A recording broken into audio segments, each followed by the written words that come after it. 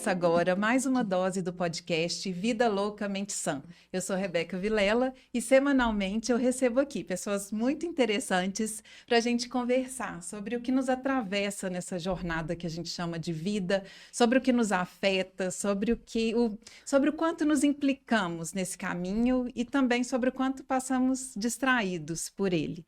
E eu brinco que perguntas sinceras me interessam, sabe? Parafraseando o Cazuza. E aqui eu faço perguntas que são minhas e outras também que surgem a partir da minha escuta na clínica psicanalítica. E as perguntas hoje são sobre arte. Eu estava muito afim de fazer esse programa e a gente veio de uma série assim, de programas um pouco mais pesados, né? Que foi do Setembro Amarelo, o último foi do Outubro Rosa, que eles não foram pesados nesse sentido, não, porque a gente foi sobre vida. Em todos eles a gente falou sobre vida, sobre como estar aqui, que a gente brinca que é essa corda bamba, que é a vida acontecendo.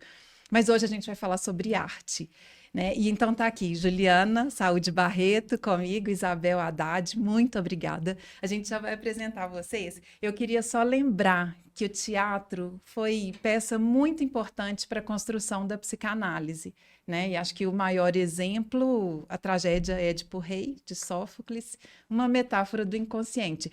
Mas o Lacan e o Freud também se apropriaram de termos como ato, máscara, semblante, como a gente estava lembrando antes de começar a gravar, né? Cena, ou a outra cena, que foi a primeira expressão que Freud utilizou para nomear o inconsciente. E muito interessante que eu acabei descobrindo aí nessa pesquisa para esse programa que outro palco seria uma tradução também muito boa para essa outra cena. E aí tem tudo a ver com isso, né? E então é sobre isso que a gente vai falar aqui. Inconsciente em cena, inconsciente dirigindo a cena. Eu, ator desse drama, não eu, ator desse drama, né? E a gente pode pensar que a criança já representa, né? A criança repete cenas para elaborar vivências proibidas, esquecidas, recalcadas. Nós, num processo de análise, né, sobre transferência, revivemos conflitos, repetimos encenações. Enfim, eu acho que tudo isso são pistas dessa pergunta de hoje, que é por que o teatro nos afeta tanto? E eu quero saber de vocês, como é caminhar nessa corda bamba que é a vida acontecendo através dessa arte tão especial que é o teatro. Aí eu queria pedir, então, para vocês se apresentarem e a gente já vai aí nessa jogada. Ju, começa? Sim. Então, eu sou Juliana Saúde Barreto, eu sou atriz, sou diretora de teatro, né? Idealizei e dirijo o Núcleo de Criação e Pesquisa Sapos e Afogados, que é formado por atores loucos, como eles gostam de ser apresentados, né? Eu ganho bronca sempre, falo, não, Juliana, você tem que falar atores loucos. E para eles é importante trazer essa palavra, entendendo também que é uma forma de ressignificá-la, né? Assim, de trazer outro sentido para além dos que a gente já conhece, assim. Então, Sim. como que a loucura pode ser inventiva, colorida, potente para fazer arte. E é isso, assim, né? E a gente vai ouvir muito mais. Eu quero que você conte, né, aos poucos Sim. aí a história dos Sapos e Afogados também. E já é legal demais ter você aqui. E eu lembrei como Lacan, né? Você não recuou diante da loucura. Acho que foi o contrário, né? Você deu voz a ela e luz sobre Sim, ela. Muito e bacana. foi um encontro muito potente para mim também como artista, Sim. entender essa forma de construção, né? Assim, eles trazem uma densidade, fazem um mergulho muito profundo quando estão ali concebendo e inventando esse teatro, né? A gente fala que o Teatro dos Sapos e Afogados, ele é um teatro transtornado, assim, que traz essa experiência que eles carregam no corpo, né? A loucura é uma experiência que atravessa o corpo e o teatro também é uma experiência assim. Então, eles acessam alguns pontos que para qualquer ator demoraria mais tempo, eles acessam isso com muita facilidade e com uma profundidade muito grande, assim. Então, para mim, foi mesmo encantador perceber essa forma de estar ali, de interpretar, né, de fazer essa travessia nesse espaço vazio, que é né, atravessar um palco ali. Sim. Fazer teatro é isso, essa relação com aquele espaço vazio ali que eu vou compondo, tecendo, criando e dialogando com quem me assiste, porque né, para se fazer teatro pressupõe-se isso, assim, onde eu faço para que o outro também me veja. Né? Mas você estava aí falando né, das coincidências ou das semelhanças entre o teatro e a psicanálise. Eu acho que o olhar é algo muito importante, né? Sim. Tanto num lugar quanto em outro, assim.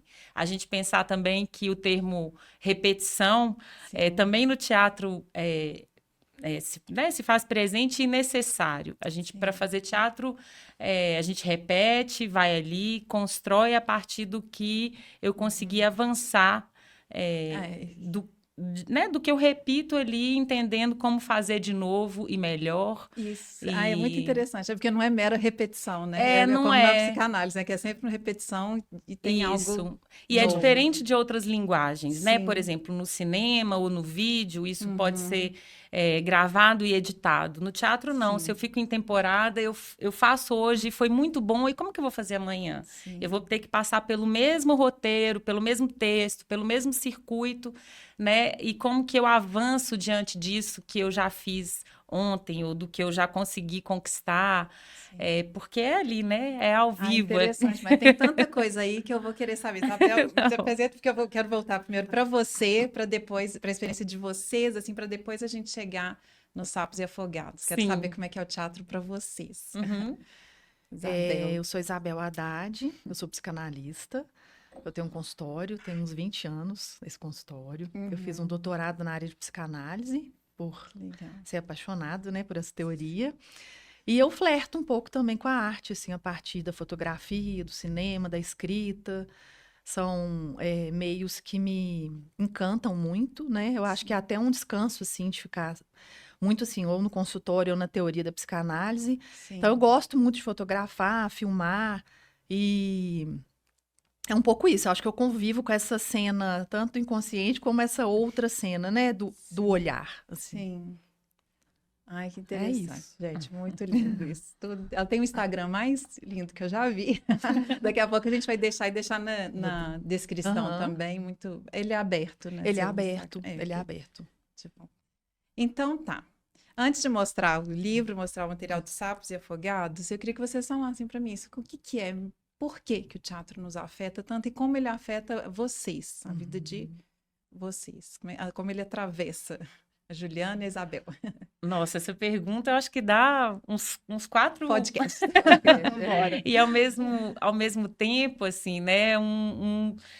Nossa, nem, né? Como que responde isso, né? Porque para mim, teatro começou muito cedo. E eu tive esse encontro com o teatro na escola. Eu sou de uma cidade que nem teatro existia, mas esse lugar dessa transmissão, né? Foi na escola que eu comecei a experimentar esse lugar.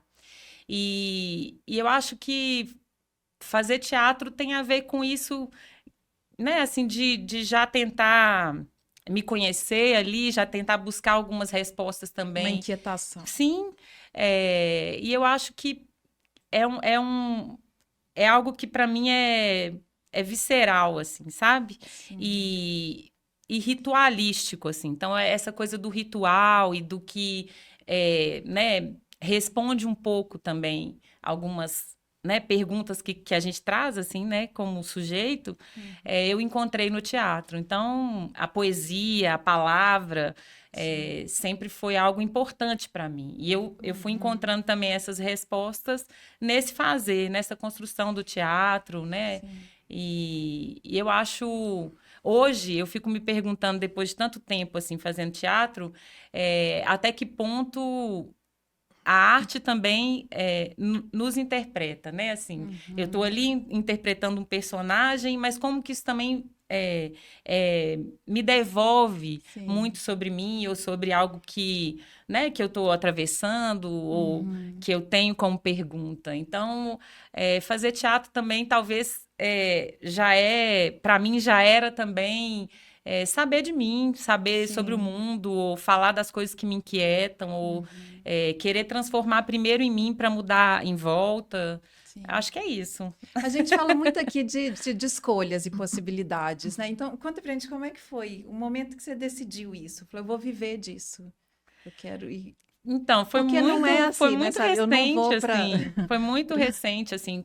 Quando É? me mudei para Belo Horizonte, acho que eu tinha 13, 14 anos, eu tinha certeza que eu Olha. queria ser atriz, né, que era esse jeito que eu queria estar Estar no aqui. mundo.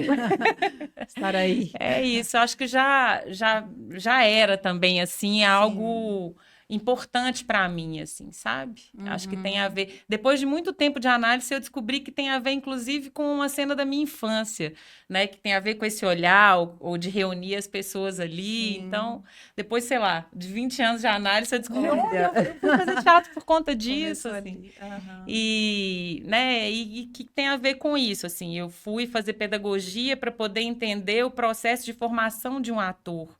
Então, essa experiência de ensinar teatro e de experimentar o teatro sempre teve Sim. presente, assim, acho que faz parte da minha escolha também, né, quando eu falo que foi na escola, porque também estava ali nesse universo, Sim. né, de como que se transmite ou como se... como que se... Os atores dos Sapos brincam, como que se fabrica um ator? Ai, que Eles ótimo. ficam com essa pergunta. E aí eu acho que começou assim para mim, né? Sim. Com esse mistério, na verdade, com essa curiosidade. E aí depois com essa inventividade que essa arte traz, que essa linguagem traz. Sem fim, né? Sem fim. Sem fim. Isabel, para você. Aí você já conta pra gente também qual que é a relação de Amar vocês nós duas. Como que a gente se encontrou. É isso. Então, eu acho que para mim essa cena pode ser vista de vários ângulos. Porque no consultório, eu sempre observo muito, assim, esse encontro mesmo entre o analista e o paciente, né? Eu estava até escrevendo ontem para vir aqui, pensando um pouco sobre isso. E a gente vai repostar, pode? Pode. Então tá. Essa cena A2, né? Por quê? Porque ali é o corpo que está em questão. Eu acho que se tem uma aproximação bem importante de fazer entre o cinema, entre o teatro e a psicanálise, é exatamente a questão do corpo. Por quê? Porque quando o paciente entra no consultório, o setting analítico, ele já é uma cena, né? Assim, a forma como o paciente chega, às vezes, recuado, tímido, ensimesmado, e a forma como ele vai soltando, vai tendo coragem de falar as coisas.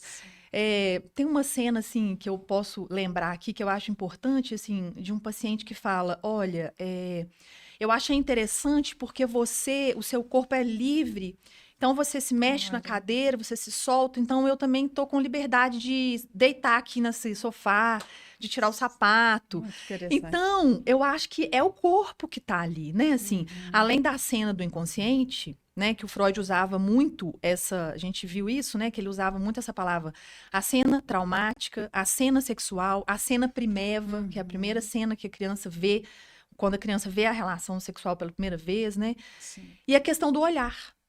Né, assim, como que... E o teatro também, eu, enquanto espectadora, eu acho que é isso que me captura, né, assim, o ator, ele empresta o corpo para o nosso olhar, e a partir dessa fruição ali, dos afetos no palco do corpo mesmo, né, da pele do ator, é que a gente produz uma catarse dos nossos afetos. Sim.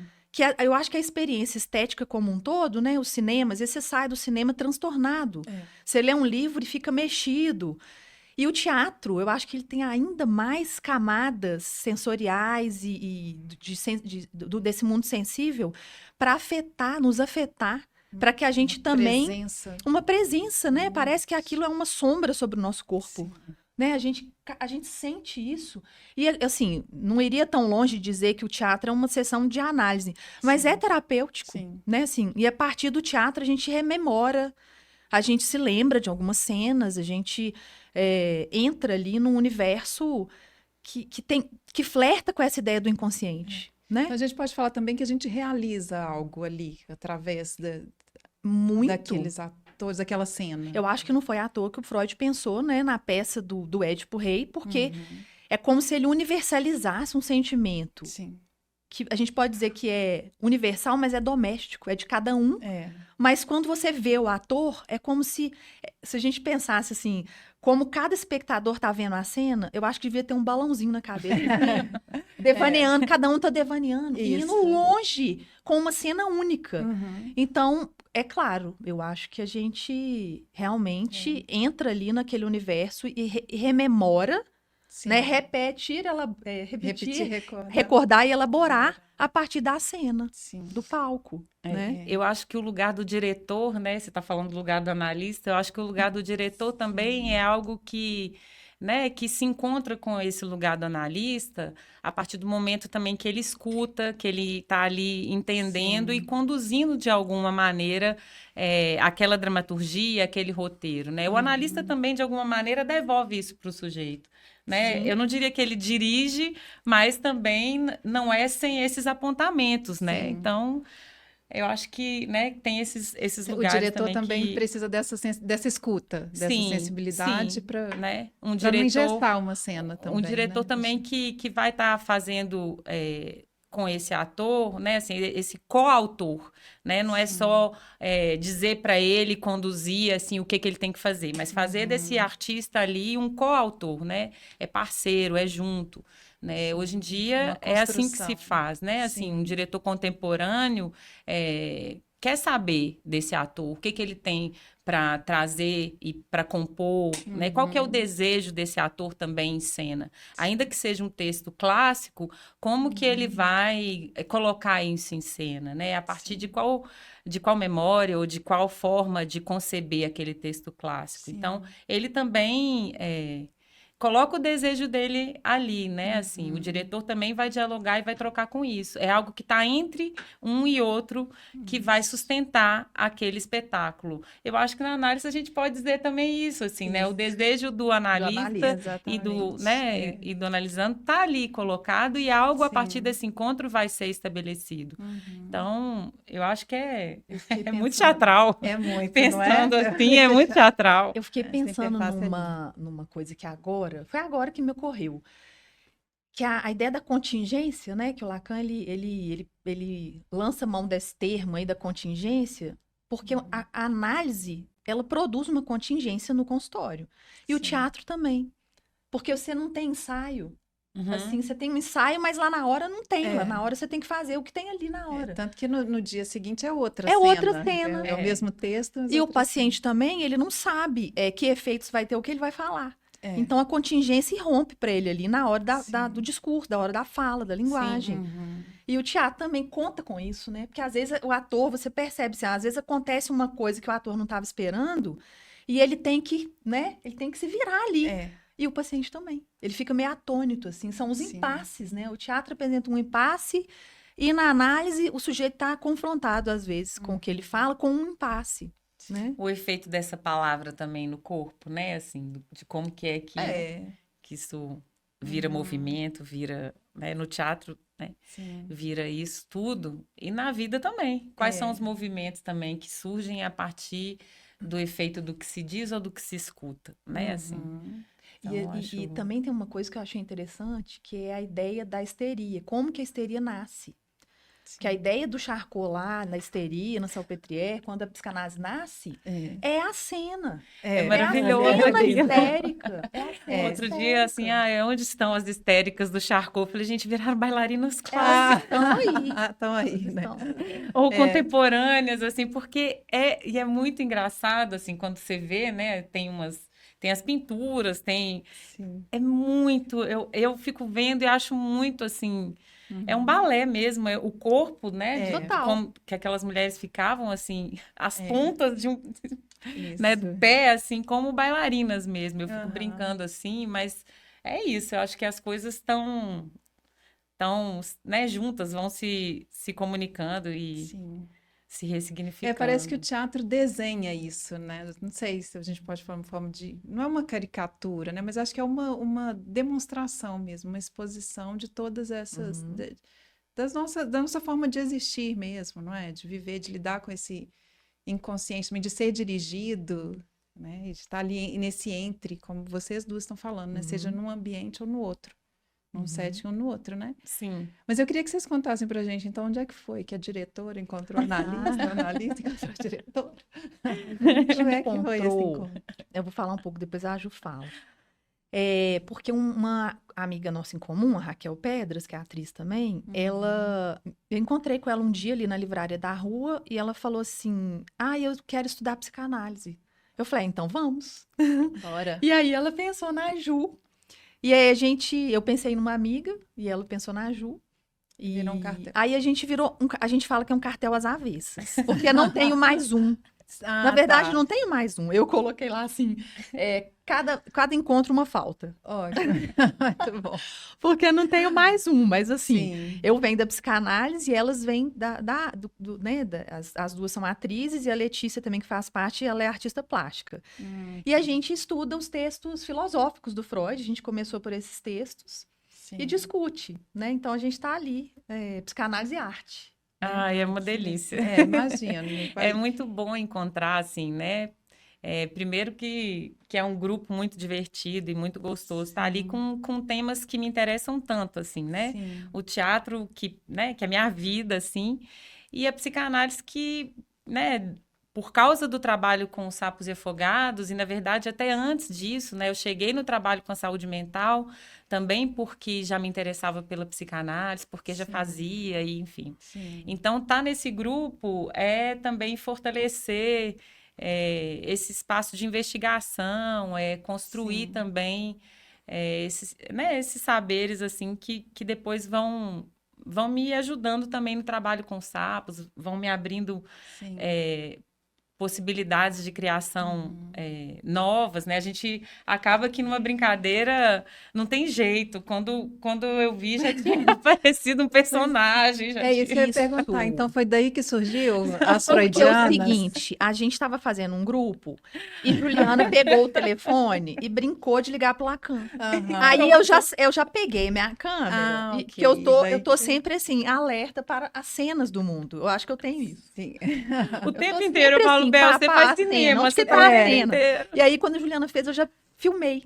Aí funcionou demais, porque porque a gente tem dúvidas nos textos do Freud, e aí a gente liga pro Lacan, né? Que é o precursor. É uma coisa assim, entendeu? Uma coisa eu já tô íntima dele. E aí virou palhaçada. Brinquei lá no né? Instagram, gente, elas têm um contato. Mas tem Lacan, perguntas pertinentes, porque a gente estuda os textos mesmo, a gente É sério. E aí a gente fica com questões, então já que a gente não tá entendendo Freud, a gente liga pro Lacan. E aí não pode perder a piada, né? Porque aí a gente brincava que era isso, né? Na linha com o Lacan. Na linha com o Lacan. E aí a minha irmã, que é psicanalista também, já logo batizou a personagem que ela falou, não, Lacan na linha. Aí pronto. E aí, Muito por causa bom. disso, a gente acabou fazendo a cada texto tem uma brincadeira com essa personagem. E aí a gente posta uma reflexão sobre o texto, uma pergunta no Instagram, que é As Freudianas. Isso, aí falar com o pessoal para seguir, gente, que é demais. Isso foi muito legal. A gente se diverte. E eu lembrei, vocês conhecem um álbum que chama Freudiana, que é do Alan Parsons. Ele é um produtor musical, né? Se não me engano, ele participou de produções dos Beatles e do Pink Floyd. E ele tem um álbum que chama Freudiana. Então ele fala do pequeno Hans, Dora. Gente, eu não sabia. É muito legal. Tem o Homem dos Lobos, o Homem dos Ratos. Freudiana. Que legal. Alan Parsons. Vou procurar. Aí a hora que eu vi as freudianas me remeteu. Na hora eu esqueci de comentar com vocês. Mas é demais, tá muito legal aquilo. Divertidíssimo e a gente aprende também, né? Assim. Ai, gente, que bacana. Então é isso, eu queria saber disso de vocês e pensei também do teatro, essa questão do espectador, então, né? Por que me toca? Por que me afeta tanto, né? E aí a gente estava comentando antes de começar esse texto aqui que a gente tinha lido do Freud, que é Tipos Psicopáticos no Palco, né? Que ele fala que, desde Aristóteles, a finalidade do teatro é despertar o terror e a piedade. E coloca aqui a piedade como uma participação no sofrimento. A gente pensou sobre essa questão da identificação, né? Que ele vai falar um pouco depois também. E nesse texto ele fala de uma proteção. Então, eu estou ali me realizando, me vingando, seja lá que sentimento que é esse, através daquele ator, daquela cena, mas eu estou protegida também, que não sou eu. Eu não estou correndo risco. Mas tem essa catarse que você falou ali, né? Porque eu acho que das emoções. o teatro é demasiadamente humano. Sim. Então, você entra em transferência ali com aquelas questões, né? Sim. Então, é isso mesmo, é como o Lacan vai tirar lá, na Antígona, na Medeia, dessa questão da catarse, da purgação dos afetos. Sim.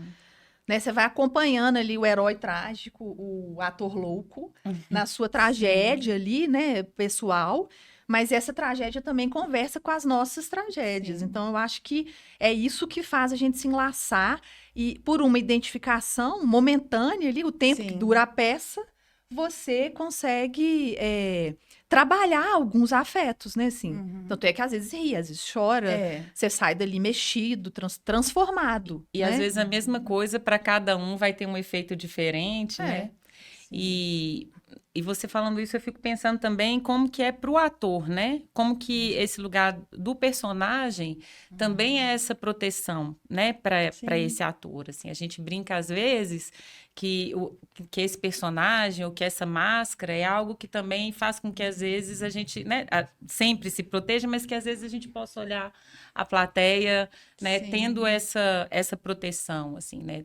É algo que eu construo ali para me mostrar diferente, né? Eu acabo sabendo muito de mim, mas isso também me distancia do que eu sou, né? Quando eu construo isso ali e me protejo, assim, para poder passar por aquele sentimento ou por aquele, né? Enfim, pelo texto ou pelo roteiro que eu preciso executar em cena. Vivencia aquilo dessa outra. Eu lembrei da última peça que eu vi, que foi o Esperando Godot, do Samuel Beckett. E a peça toda se passa em torno do impasse de uma espera. Tá todo mundo esperando o Godot. Então, sabe se ele vem, se ele não vem. Aí eu fiquei pensando, fazendo uma analogia, assim, com o neto do Freud esperando a mãe.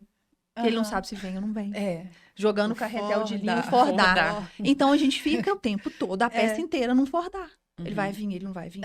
E aí, o palco é simples, a cena é uma árvore retorcida, assim, seca. E a gente fica meio nu mesmo, assim, essa espera, né? Você fica ali entrando naquela expectativa, naquela angústia que se ele vem ou não vem. Então, né? É lindo, né? É um dos meus textos preferidos, assim, porque também ele se atualiza, né? O tempo todo você pode pensar em milhões de possibilidades com aquele texto. É um texto muito bonito, assim. E cada um faz sua aposta, né, ali. E é um vazio, né? Assim, então você preenche ele a cada tempo com uma questão, porque eu acho ele atemporal, assim, acho um texto muito bonito. Pois é isso. Então, tem uma proteção de um personagem, mas tem uma exigência de uma presença ali também, do ator, né? Desse sujeito. E quando você estava falando, você me lembrou de uma peça que eu assisti, que é do Casa da Zula, né? Que é a Casa. Sim, Casa. Quando eu fui, foi na cozinha com a Thalita. E foi muito lindo, porque ali ela estava falando dela, né? Ela estava representando o texto, era a vida, eram as vivências dela e tudo. E aquilo foi extremamente impactante. E é uma casa. E é uma casa, e é uma casa linda demais. E ela ali fazendo aquela sopa e contando as experiências, vivências e traumas e experiências da mulher. Foi é muito inevitável, forte. assim, para mim, eu não tenho como lembrar de outra coisa, a não ser, né, assim, a gente tem uma residência artística que se chama Casa Breve. A gente já fez 3 edições e a ideia é muito parecida com esse espetáculo, que é tão lindo, com atrizes tão lindas, né, assim. Muito lindas. E a ideia do Casa Breve é que cada ator busca um espaço nessa casa para construir uma cena. Então, é muito parecido com a estrutura do espetáculo que você traz como exemplo. Sim. E nos Sapos a gente trabalha com um conceito que uma das atrizes traz de um jeito muito forte, que é esse conceito de arte-vida. A Vivi foi quem publicou, né, o primeiro livro. Vamos mostrar, que você já conta pra gente também. Então, esse é o primeiro livro dos Sapos, né, com a produção dos Sapos, pela editora Javali, e é um relato das 3 edições dessa residência artística, Casa Breve, uma atriz louca em 3 tempos. Aqui a Vivi, nessas 3 edições, né, do Casa Breve, ela conta um pouco como foi o processo de criação dela, nesse conceito de arte e vida. Então, todos os textos que ela coloca em cena têm a ver com algum atravessamento, com alguma vivência dela, Sim. e como que ela transforma isso em cena de teatro, ou em performance, né? Ou em pílulas literárias, né? Como foi o caso da terceira edição. Ai, que lindo. É bonito o livro. É muito, muito emocionante Projeto também do ver. Esse livro, quando eu estava, né, eu estava escrevendo o livro que conta os 20 anos dos Sapos e Afogados, a Vivi chegou com esse material, o que seria um capítulo, né, do livro relatando os 20 anos, assim. Quando eu recebi o material, eu falei, não tem a menor possibilidade de ser um capítulo do livro. É um livro muito bem estruturado já, né, assim. Então, a gente entregou ele para a editora Javali já bem redondinho, assim. Porque ela também tem uma força nessa coisa de escrever no processo de criação dela. Sim. É muito importante. Então, é um texto muito bonito e são diferentes, assim. Sim. Num primeiro momento, ela relata a rotina dessa casa, onde aconteceu a primeira edição, que começou assim, seria locação para um filme e acabou virando a residência artística. A segunda, ela estava num momento muito transtornado, então ela cria uma personagem que chama Senhora Azul, que inspirou até a Kelly Crifer, que está nesse espetáculo, né, que você falou. E num terceiro momento, a gente fez o Casa Breve é o Corpo, que foi feito na pandemia, então a gente estava ali também entendendo aquele tempo, e ela faz 3 pílulazinhas literárias com uma coisa mais poética. Ela estava vivendo um amor que não podia se realizar em função desse isolamento. Então, é uma outra pegada, assim. É um livro bem legal. Ai, que ótimo. Então, apresenta também pra gente. Então, esse aqui também foi, né? Eu comecei a escrever durante a pandemia, num momento que para mim também foi muito importante. Eu estava também com... né, numa fase da minha vida muito delicada, assim, eu adoeci, né, e passei por um momento que eu não sabia mais se eu ia estar aqui ou não, e isso me fez ter muita vontade de registrar o que eu já tinha realizado nos Sapos nesses 20 anos, assim. Então, cada capítulo fala um pouco dessa metodologia que foi, né, criada, fala da dramaturgia, da forma de direção, né, que a gente foi descobrindo, e também de uma clínica que surge a partir desse fazer teatral. Então, a gente, inspirado nos movimentos da Anísia da Silveira, a gente chama de clínica dos afetos, assim, né? E conta um pouco, então, essa história do coletivo, assim, né? Como que foi. Em cada capítulo tem 2 episódios, assim, com cada um dos atores, que são 16 atores, né? Então, assim, eu trouxe também muito a presença de como cada um né, fez com esse trabalho. E tem alguns assim. desde o início. Tem 8 desde o início, desde quando eu comecei o trabalho com teatro e saúde mental, né? Que aconteceram... Então, conta pra gente. Foi lá, parece que foi participando das... Sim, no desfile do 18 de maio como atriz, né? E aí eu conheci o trabalho da rede pública de saúde mental, mais precisamente do Centro de Convivência, que até então não tinha oficina de teatro. Então, eu levei a oficina de teatro para 8 dos serviços, né? 8 centros de convivência.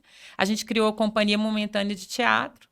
E depois de um tempo, quando eu saio desse serviço, eu continuei com o trabalho que virou Os Sapos e Afogados. Sim. A gente fez um filme que ganharam, na verdade, 9 prêmios em festivais de cinema, mas ganhou um prêmio na Fiocruz, que aí possibilitou com que o trabalho continuasse.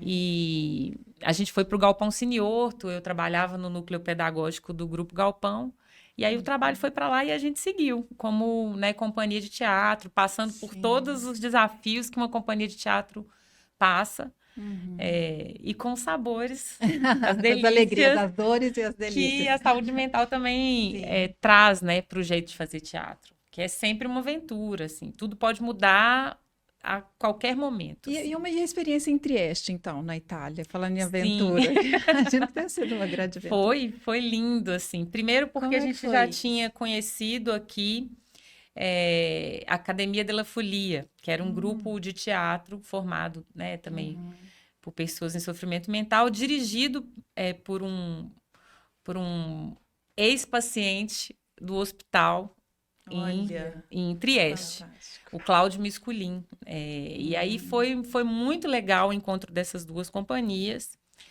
A gente recebeu um convite para participar de um festival de cinema em Milão, produzido pelo Instituto Brasil Itália. E, na verdade, eu iria com o filme e resolvi provocar, assim... Não, já que eu tô indo, então, só se for assim. E aí, a gente levou um Legal. espetáculo para lá. A gente levou o espetáculo que estreou em Trieste. A gente reencontra, então, a Academia della Folia, que produz essa estreia lá. E, né, a gente faz esse passeio por Trieste e depois vai para Milão para lançar o filme.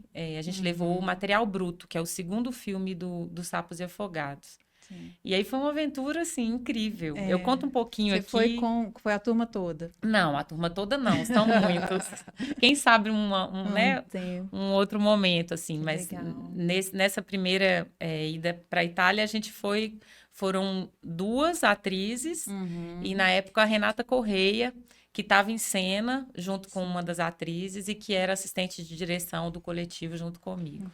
E a gente marca Trieste por causa do Basaglia, sim, né? Claro. Que figura, assim, fundamental para a reforma psiquiátrica que teve aqui, e até para a nossa também, sim, sem dúvida, né? Para estar aqui. Conhecer o espaço onde o Basaglia trabalhava, a história também do Cavalo Azul. Sim. Então, antes de ir, a gente já conhecia essa história, né? Tão linda, que ele coloca de uma forma tão poética. Muito então, no artística. espetáculo, a gente levou o espetáculo que chama Duo, que é um monólogo. Ai, que ótimo. Com 2 atrizes em cena, mas é para nós um monólogo. E aí a gente já coloca alguns trechos que a gente falava do Cavalo Azul, e aí entender isso de perto foi muito emocionante, assim, conhecer o trajeto que o cavalo fazia, né? E o porquê do Basaglia escolher isso, assim. Foi muito, muito emocionante, inesquecível para nós, assim. Imagino. Muito lindo. Muito bom. Então, quem é que escreve as peças? Eu fiquei curiosa sobre isso. Quem são esses atores e quem escreve? Como é que eles participam disso? Cada montagem tem uma característica, assim. Por exemplo, quando a gente voltou dessa experiência na Itália, as meninas ficaram muito encantadas com o sorvete. E aí a gente começou a estudar, pesquisar a história do sorvete, entender que o sorvete tinha ligação, assim, com vários movimentos feministas, das mulheres poderem frequentar alguns espaços que antes não podiam, enfim, várias aventuras, assim, pesquisando isso. E a gente, então, criou um espetáculo, é o primeiro espetáculo de rua, onde a gente traz também um colorido. A ideia era fazer com que a cidade tivesse uma experiência de um delírio visual. Então, é um cortejo onde a gente oferece sorvete para quem está assistindo. A gente teve, na época, o patrocínio da Easy Ice, que é da Juliana Scucato, que é também... né, uma psicanalista, enfim, e aí apoiou. Então, era um espetáculo que falava um pouco do encontro como uma taça de sorvete. A gente brincava com milhões de texturas. E foi construído ali, então, em conjunto, no coletivo. Sempre é junto e coletivo. E essa dramaturgia é feita assim, né? Eu levo uma proposta, eles trabalham isso, e aí me bagunçam aqui um tanto, eu levo de volta. Então, cada espetáculo tem uma história, assim, também, do processo de criação, né? A gente tem o Caixa Preta, que é o primeiro espetáculo que está desde o começo da companhia, que é um espetáculo de improvisação. E aí, a gente brinca que a cada voo, a cada temporada, isso muda, né? Tem uma estrutura que se mantém e momentos que são, né? Que vão variando a cada temporada. A gente acabou de estrear um espetáculo que chama Lunáticas, que a dramaturgia tem muitos textos que são da Vivi ou que são, né, das atrizes que estão ali no espetáculo, e a gente vai fazendo isso... né, de uma forma colaborativa, eu diria, Sim. porque tem uma hora no final, né, que a direção também pesa a mão ali na hora de tomar essas decisões, né? Sim. E aí a gente brinca que num processo colaborativo, a gente começa o processo de criação de uma maneira horizontal e no final do processo o lugar, né, a presença do diretor aparece e essas decisões se verticalizam um pouco, assim, essas decisões do que vai para a cena, do que não vai. Sim. E aí é assim. Gente, que processo lindo. A gente falou, então, assim, olha, dos impactos, né, do teatro para vocês, pessoalmente, para o espectador, para o ator. Agora, a especificidade desse ator louco, que é como vocês chamam, né? Aí, queria que vocês falassem sobre isso, assim, como a gente conversou um pouquinho antes de começar, né? Você falou que foi muito perguntada sobre isso também. E aí, vai surtar durante o processo?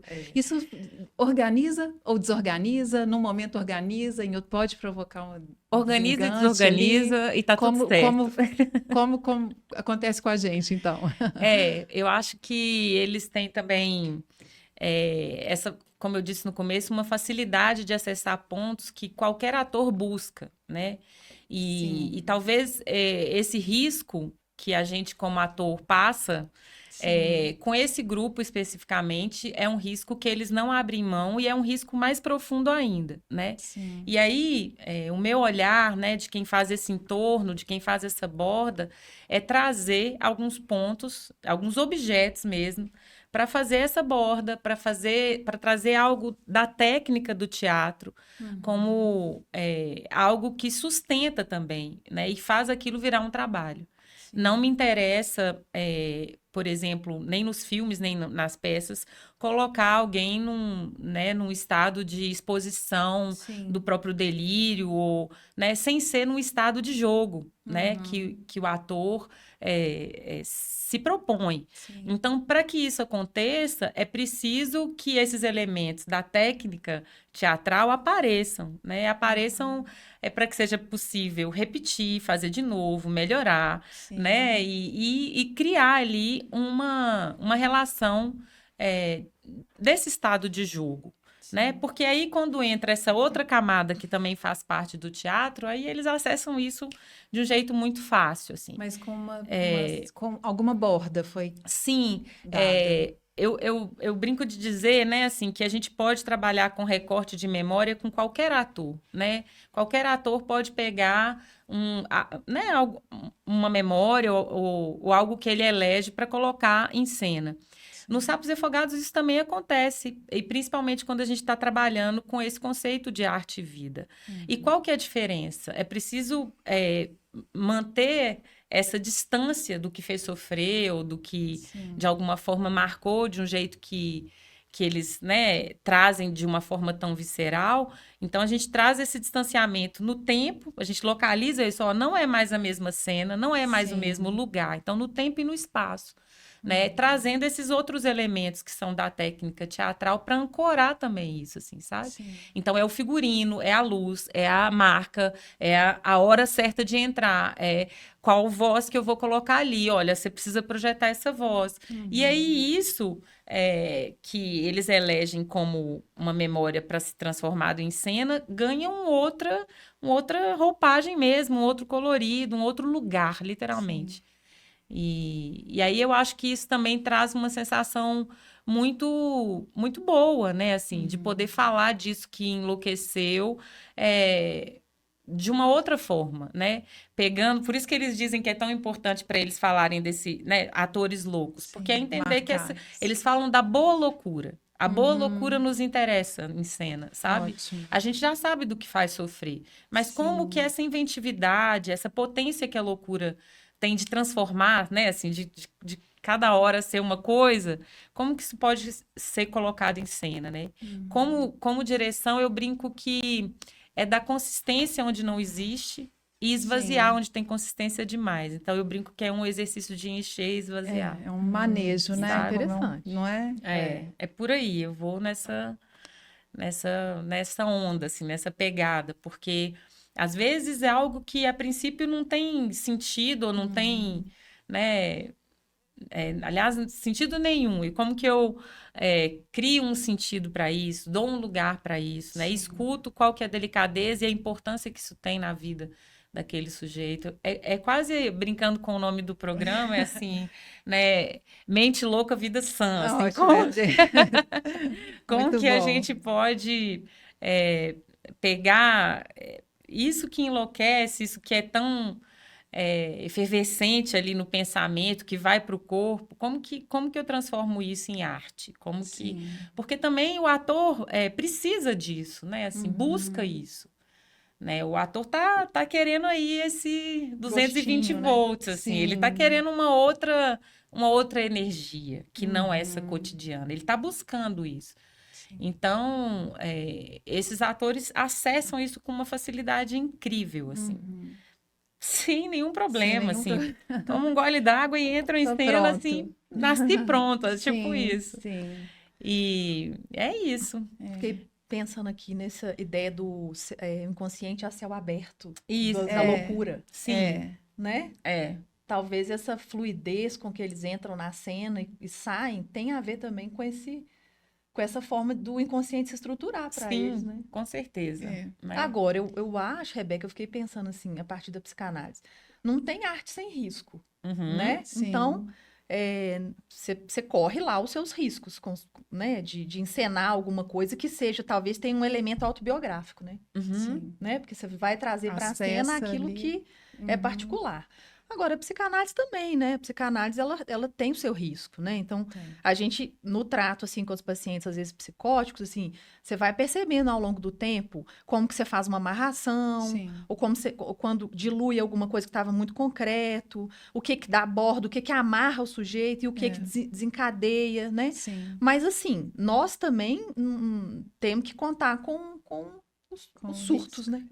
Os delírios, porque é isso, né? Não tem como também você ficar, né? Eu acho que o ator, quem se dispõe à arte, né? Tanto que o Freud, né, falou que o artista chegou onde ele chegava com a teoria, um artista já tinha estado ali antes, né? Então, isso é muito legal. E acho que essa sensibilidade do artista, de maneira geral, né? De alguma forma, ele está aí, com esse céu um pouco mais exposto. Ou se dispõe a... Se pressupõe um risco, pressupõe também uma coragem, né? Assim, esse lugar de me colocar em risco em função daquilo ali, né? Assim, então, a gente sabe disso, assim, como que se colocar em cena, e em cena no teatro, né? Porque é diferente, é isso, é aqui agora, é ao vivo. Então, essa é uma regra que não foge para os atores dos Sapos e Afogados, não, pelo contrário, né? Então, é potencializado, assim, porque, sei lá, se num grupo... né? Se em um outro grupo de teatro, no terceiro sinal, abre-se a cortina, nos Sapos e Afogados pode ter um ator que fala assim, deixa eu assistir hoje. Eu falo, como? E a gente tem essa máxima também de entender e escutar, assim, e acolher isso. Então, beleza. Então, hoje você vai para a plateia e como que eu mudo isso aqui em 15 minutos? Uau. Então, pensar a dramaturgia desse trabalho é o tempo inteiro tá correndo riscos. Você foi criando um método, então, para um jeito de fazer acontecer, assim, né? Um jeito de estar correndo esse risco com eles em cena, de estar junto ali também, né? Assim, de pensar, de reorganizar uma dramaturgia, porque a máxima do grupo é essa, também criada por eles, que as regras são postas para serem seguidas, mas que elas podem mudar a todo instante. E isso vale dentro e fora de cena, né? Então, eu topei. Uau, que bom que você topou. E a gente falando dessa parte do organiza, desorganiza, você podia contar pra gente a experiência da Viviane, porque como você disse, ela tem o vídeo, né? Tem ela contando, então acho que é muito interessante. E como é terapêutico, né? É uma experiência muito bonita, assim, muito forte. Ela fala disso no livro dela, e eu acabo que também relato isso aqui. A Vivi, ela tinha um processo, assim, de se desnudar, de ficar nua nos momentos de muito sofrimento, né? No primeiro surto que ela teve, foi assim, inclusive, que as pessoas primeiro acharam que ela estava brincando, E aí depois entenderam que não, porque ela falou que nunca mais ia vestir a roupa. E, enfim, foi ficando naquele estado até as pessoas entenderem o que estava acontecendo. E isso acontecia sempre. Toda vez que ela entrava num processo, né, entrava num surto, ela ia para esse lugar. No caso, a Breve 1, ela construiu uma performance onde ela relata um pouco esses acontecimentos, mas trazendo questionamentos políticos e ela acaba criando uma coreografia onde ela vai arrancando a roupa, né? E o que ela está dizendo é tão mais forte que as pessoas, quando estavam assistindo, se impactavam fortemente com o que ela dizia, até mais do que com aquele corpo nu, assim. Sim. E beleza, a gente fez a temporada dessa cena. Essa cena, inclusive, foi pronta para a Itália. A gente levou isso para ser apresentado lá. E isso foi censurado, porque a gente participou num espaço, assim, que... Né, tinha uma parte lá super religiosa, assim, que falou, não, ela não vai poder fazer isso aqui. Enfim, a gente estava na Itália, onde a gente sabe também que a força da igreja tem toda essa, né? Eu sei que a gente ficou apresentando essa performance durante quase um ano. E passado um tempo, os 2 momentos de surto que a Vivi teve, ela não se desnudava mais, ela não arrancava a roupa mais. E aí, né, ela me liga e a gente conversando, ela fala, Juliana, a minha nudez encontrou um lugar. Aquilo para mim agora é o meu figurino. Eu não posso ficar, né, assim, colocando isso de qualquer jeito, nem de qualquer maneira, assim, né? Então tem algo que foi tratado mesmo, assim, a partir da construção dessa cena. A performance se chama Hoje São Meus Surtos Psicóticos. Não, Hoje São Meus Mistérios Gozosos, Meus Surtos Psicóticos. Então, ela fala né, desses episódios e como que isso depois nunca mais se repetiu. Sim. Né? Tem algo ali que foi para um outro lugar, né? Para loucura boa, como a gente brinca. Loucura boa. Gente, eu acho incrível essa história, né? Acho ela linda demais. O dia que eu vi ela contando, né, na reportagem, falou, tem que... É muito forte, assim. Marcar isso mesmo, né? Esse lugar terapêutico. Aí já fiquei pensando assim, então, mais lugares para o teatro, né? Que é um lugar político, né? Uma forma de ocupar a cidade, né? De ocupar espaços. E essa semana eu assisti uma espécie de um documentário, uma entrevista da CNN, com uma turma da Ucrânia, são bailarinos da Ucrânia que são refugiados hoje na Holanda, é uma turma grande, acho que hoje tem em torno de 60 bailarinos, e muitos ficaram na Ucrânia e continuam se apresentando lá, mas essa turma saiu e foi acolhida por uma ex-bailarina holandesa, ela conhecia 2 e foi juntando amigos e levando, montaram uma companhia e hoje se apresentam também pelo mundo, mas com essa resistência. Então, é lindo, é lindo. A gente pode deixar também a descrição para quem quiser ver, mas isso também me impactou muito, falando para esse outro lugar, para a arte, esse lugar de resistência, esse lugar de manter uma identidade, ali no caso deles, né, de um país, de uma cultura. De um tempo, né, ali que eles estão.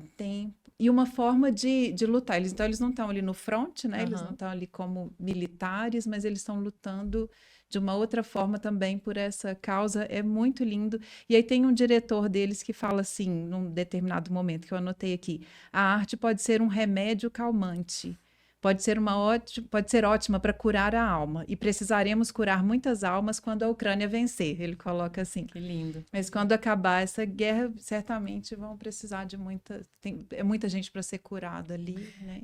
Um dos atores dos Sapos diz que o trabalho dos Sapos e Afogados é remédio, que não é medicamento, mas que é um remédio. É um remédio. E é isso, assim, porque de alguma maneira possibilita com que esses corpos estejam na cidade como atores, né, com esse outro nome, ocupando outros lugares assim da cultura, dizendo que eles existem assim e que é possível, assim. Então, fazer esse teatro com essa forma de pensar, né, com essa forma de existir, né? Não normatizar isso para daí fazer teatro, não. Como que eu construo com essa nova lógica? Como que eu me permito também enlouquecer um pouco. E, ao mesmo tempo, sem perder o meu lugar, né? Assim, porque senão também vira manicomial, se existir, se fosse só, né? Precisa existir essa diferença. Então, eles ficam brincando comigo. Olha lá o toque da Juliana, quando eu começo a organizar demais.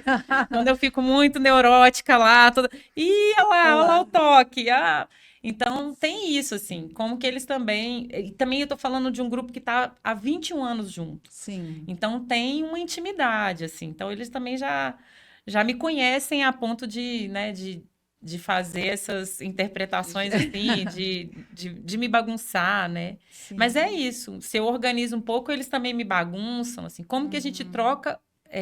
respeitando isso, assim, né? Esses lugares que são diferentes, assim.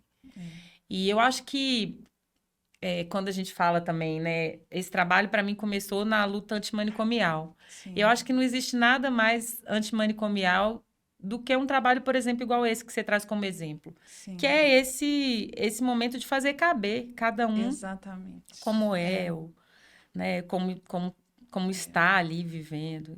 E hoje isso é tão difícil, né? Eu fiquei pensando assim, que o teatro, assim, e a psicanálise também tem uma licença poética e estética para você poder ser doido um pouco, né? Porque a gente não pode isso, a gente fica meio regulado por uma norma social.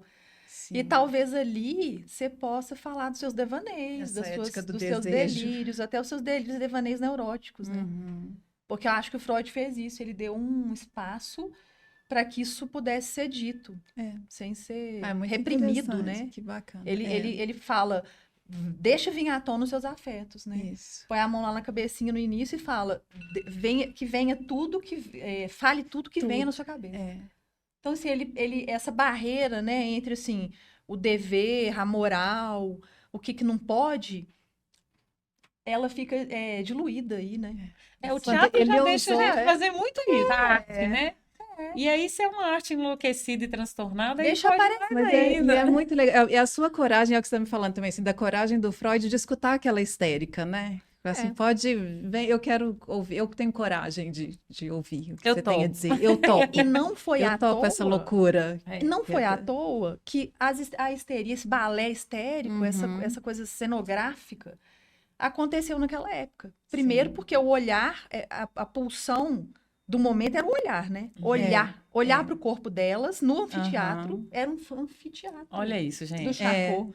E aí eu descobri uma coisa, eu estudei um livro que chama A Iconografia do Século XX, do Didi Huberman. Iconografia do século XIX, ou XX, agora eu tô com 19. E ele fala que no hospital psiquiátrico foram abertos vários estúdios de fotografia e de artes plásticas para poder capturar a cena da histeria. Então, elas eram fotografadas. Quase apresentações aquilo, né? Quase apresentações. Assim, a gente não pode, né, dizer que era uma cena... porque, às vezes, é pejorativo falar que é uma cena histérica. Sim. Mas não é. É um sofrimento que foi encenado como podia, né? Aquele corpo estava precisando de toda aquela movimentação muscular, afetiva, né? Você vê que era uma coisa da contração dos músculos, né? Nossa, é muito teatral. É muito, né? Elas faziam um psicodrama também. Uma coisa, assim, a forma delas. Né? Como que muscularmente tinha uma performance ali, né? Sim. Pois Tem até uns vídeos... Tem um vídeo, depois eu acho essa referência, de um hospital psiquiátrico na Itália. Esqueci o nome agora. Não sei o quê, Doutor Nigro. Nigro. Vocês colocarem no Google, vocês vão achar. E ele, o que ele faz? Então, as cenas são 3 pessoas. Ele, um outro médico e uma suposta histérica. E ele põe nela uma máscara negra. E aí eles conversam com ela. E a ideia é filmar o ataque histérico. Então, eles estão conversando ali com ela e, de repente, ela cai ali, tomada por esse ataque histérico. Ela deita na cama e ela começa a se debater e eles tentam segurar ela. E isso foi filmado. Cinema mudo, preto e branco, sem áudio, não tinha naquela época. Mas é a própria... É um espetáculo. Sim. Né? Ai, não achei, mas depois a gente pode... Vamos procurar pra gente deixar. E vou te passar. Muito legal. Ai, gente, eu acho que é isso. Vocês querem falar mais alguma coisa? Eu quero te fazer uma pergunta, para ver se a gente pode. Eu quero só dar fazer uma também, dica. mas se a gente fechar esse ponto. Quem quiser saber mais sobre psicanálise e teatro, olhar na internet as referências do Antônio Quiné, que é um psicanalista do Rio, né? Ele é psiquiatra e psicanalista, e ele tem uma peça, né, de teatro. Ele vai para a cena. Ele vai para a cena. Ele vai para a cena. Ele até representou o Freud. Isso, o Freud. E ele tem vários estudos, um livro sobre psicanálise e teatro. Ele até usa uma frase do Lacan e fala: o inconsciente é estruturado como teatro. Em vez de ser estruturado como linguagem. Como teatro. Então, quem quiser pesquisar mais. Eu esqueci o nome da companhia dele também, é Inconsciente. Inconsciente em cena. Em cena? Inconsciente em cena. Ai, que legal. Ju. Então, eu quero agradecer, adorei estar aqui. Papo gente, muito gostoso. obrigada. É sempre bom falar também dos Sapos e Afogados e desse trabalho. Lindo demais. Que delícia estar aqui com a Isa. Demais, não é, gente? Delícia esses encontros também. Mas eu queria te perguntar, a gente aproveitando o mês de outubro, eu queria saber se você quer falar sobre a sua experiência com o Outubro Rosa, para a gente deixar aí o alerta, né? Foi o nosso último programa, foi sobre isso também. Muito importante, né? Quando a gente se falou a primeira vez, e você falou, né, que esse episódio estaria em outubro, eu falei, olha, esse é um tema que eu também, né, quero e posso dizer sobre. Sim. Eu fui diagnosticada em 2020 com um câncer de mama, com um câncer severo, um triplo negativo. E dizer que é muito importante que as pessoas, né, façam os exames, que estejam atentos, que esse é um tema que ainda tem muitas, né, muita coisa em torno, assim, de dizer que como se não tivesse cura, eu tô aqui, tô curada, e que é possível sim, mas que quanto antes, né, as pessoas descobrem esse diagnóstico e comecem esse tratamento, né, mais chance de ter esse sucesso, de estar viva, de sobreviver a isso. E é isso, assim, é um tema que para mim é importante falar e que é muito novo para mim também, né? É tudo muito recente. Tem 3 anos, né, que eu acabei o tratamento.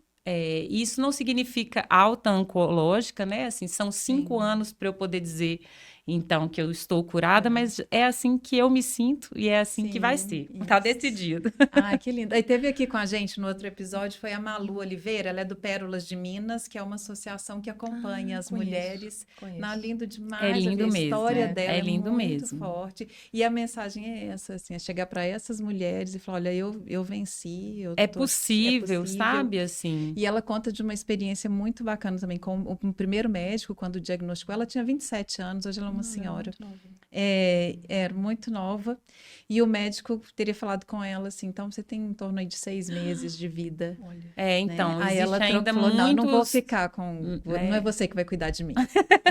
Ela decidiu, né? Falou, não é você que me deu uma sentença de morte que vai cuidar da minha vida. Então, né? tem uma hora também que eu acho que passa por uma decisão mesmo, assim, de você também, né, fazer tudo que é possível, assim, né, e que existem hoje muitas formas, né, de tratamento, mas o mais importante né, o autoexame, fazer esses exames também, fazer mamografia. E não ter medo, que eu acho que é isso que você está falando, quando fala, é para a vida, assim, sim. Né? É para cuidar disso, é um problema a ser enfrentado para seguir em frente enquanto com os riscos, né? Como a Isabel estava falando, que a gente está aí nessa vida correndo riscos mesmo. E foi um momento do corpo, né? Não é? Foi um momento também que eu pude ver o tanto que esse trabalho, né? Foi um momento que eu vi o tanto que para mim era importante estar viva para continuar fazendo esse trabalho, para poder estar desenvolvendo a minha arte. Então, isso também me ajudou muito, assim, sabe? A gente está conectado com o que traz esse prazer, essa alegria de estar vivo, assim. Isso foi um mergulho profundo. Foi, né? Foi uma decisão, assim, também de escrever que passava por esse nome, né? O nome Submersa tem a ver com isso, assim. Foi um momento que os atores falam que os sapos são eles. E os afogados são os artistas que já se encontraram com eles. Eu falei, eu sou um artista que me encontrei com vocês, mas acho que eu não sou afogada, não. Eu sou submersa, né? Tem algo aí também de uma uma decisão de fazer esse mergulho profundo, e era o que eu estava vivendo, era um mergulho tão profundo que eu resolvi escrever nesse momento tão delicado, assim, onde cuidar da minha própria saúde mental me fez ver também o impacto disso no meu corpo. Sim. Né? Então, falar de saúde mental, falar de psicanálise, é também entender os efeitos disso no corpo da gente, né? Assim, eu faço análise desde que eu tenho, sei lá, 14 anos. Eu comecei a fazer análise quando eu mudei para Belo Horizonte. E justamente nesse tempo que eu adoeci, tinha 2 anos que eu não fazia análise. Sabe, voltar para minha análise foi fundamental. Sim. Eu falo assim, peraí, eu quero, né, entender isso aqui. Então, é isso, importantíssimo. E despertar para um desejo, né? Sim. Eu acho que isso no outro programa também ficou bem forte. É como que esse encontro aí, né? Tão sem véu. Sim. Com a morte, com essa possibilidade, como que... Porque todos nós estamos diante dela, né? Sim. De repente o véu cai e a gente não tem como não ver. Mas que isso pode também ser um recomeço, pode ser um despertar e um bancar esse desejo. E aí, nesse sentido, você fala assim, nossa, obrigada, então, né? Assim, olha universo. Isso, olha isso. Você fala, por mais dolorido, né, que foi, assim, ao mesmo tempo ter essa oportunidade com essa leitura, passando por isso assim, aí as coisas ficam com outro sabor, assim, né? Tá viva de verdade, tá viva aqui, curtindo cada instante, assim, fazendo valer, né? Sim. É isso. Ai, que ótimo. Muito obrigada pelo depoimento também, isso é muito importante. Obrigada a você pela oportunidade de falar disso, assim, né? Eu agradeço, Isabel, obrigada. Eu queria convidar vocês para poder acompanhar nosso trabalho no Instagram As Freudianas. Isso. E no meu, que é Uma Mulher e Seu Divã. Fantástico. Deixando também. claro que o nosso trabalho é autoral e artesanal. Ninguém está ajudando a gente, então ali as fotos, os filmes são todos a gente mesmo que faz. E os textos também, demais. acho isso importante, né? Como se diz, é um Instagram orgânico. Ótimo. E aí a gente vai fazendo assim também. Qualquer dúvida a gente liga para lá, a gente tem o número dele, assim, é uma coisa que a gente já tá bem contato. Um dia a gente pode vir aqui com as Freudianas. Demais, não é? Pode demais. ser muito falar para essa ligação pro Lacan. Vou adorar. Vamos ligar daqui pro Lacan? Eu quero, antes de ligar pro Lacan, a gente pode terminar ligando pro Lacan, tá? Mas eu queria falar que no mês de novembro a gente vai fazer uma temporada de um espetáculo que chama Ave. É um espetáculo em parceria com a companhia Ananda, que é uma companhia muito especial também. E aí a gente faz uma temporada o mês inteiro. É um espetáculo que está muito divertido e que vale a pena conferir. E que Lunáticas volta já já também. Então, os Sapos têm essas duas montagens circulando. Quem quiser seguir, né, pelo Instagram, vai ser uma delícia encontrar por aí, pela cidade. E é Instagram isso. é Sapos e Afogados? Sapos e Afogados. E o seu também? O seu é aberto? Meu é Ju Saúde. O meu é aberto também. Às vezes tem uma lacanalinha por lá também, né? Muito bom, gente. Ai, obrigada demais. Adorei esse encontro aqui. Também quero uns recadinhos pro Lacan. Umas perguntinhas. Quer ligar? Ligar. Espera só um minutinho. O que você vai fazer a pergunta hoje? Vai ser qual? Deixa eu ver se ele vai me atender. Alô, Lacan? Olha, nós estamos aqui agora com a Rebeca. Eu estava querendo saber esse negócio da vida louca, da mente sã, da vida sã, mente louca. É por aí? É por aí, então. Ele está falando aqui, ó. O negócio pode ser o vida louca, como é que é? Mente, vida louca, vida sã. Ah, não sei. Desligou na minha cara. Que repetição, cara. A gente ensaia para fazer, gente, fica melhor. Porque o Lacan fica meio impaciente, né? Ele fica meio impaciente. Né? Ele é impaciente. É um francês que fica... É o corte, né? É o tempo lógico. É o tempo lógico do Lacan. Ai, gente, obrigada. Obrigada a você. Obrigada, pessoal. Até semana que vem. Ai,